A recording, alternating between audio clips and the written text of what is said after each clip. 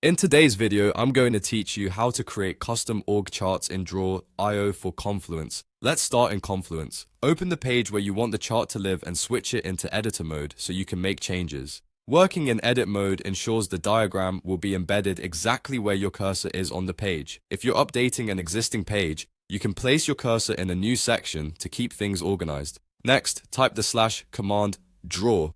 This brings up the macro picker. You're looking for the option that inserts a new draw.io diagram. If you don't see it right away, continue typing draw to filter the list or search for diagrams until the draw.io option appears. Click the option that says it inserts a new draw.io diagram. Confluence will open the draw.io editor in a modal window and create a macro placeholder on your page. This is where your org chart will be stored and displayed once you finish. Inside the draw.io editor, look to the left panel and click Basic.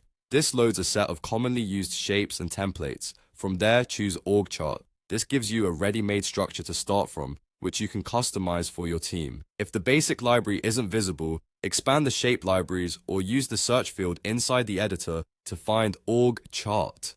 Now, tailor the org chart to your organization. Double-click any name or title to edit text. Use the plus handles or copy and paste to add roles and drag connectors to rearrange reporting lines. You can adjust spacing by dragging shapes to create clear levels for departments or teams. In the right formatting panel, you can tweak fonts, colors, and line styles to improve readability. Keep titles short, group related roles together, and use consistent formatting for a clean, professional look.